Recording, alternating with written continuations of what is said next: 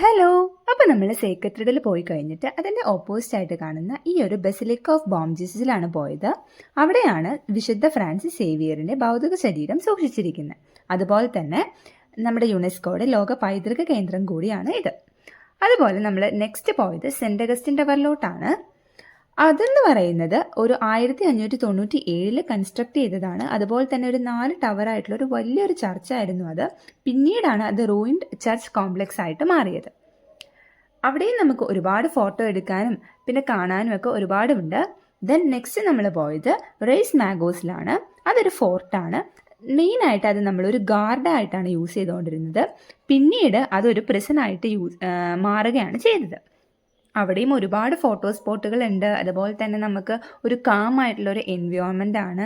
കുറച്ച് നേരം ഞങ്ങൾ അവിടെയൊക്കെ നടന്നു, കുറച്ച് ഫോട്ടോസൊക്കെ എടുത്തു. ദെൻ നമ്മൾ വൈകിട്ടായപ്പോഴേക്കും ബാഗ ബീച്ചിലോട്ടാണ് പോയത്.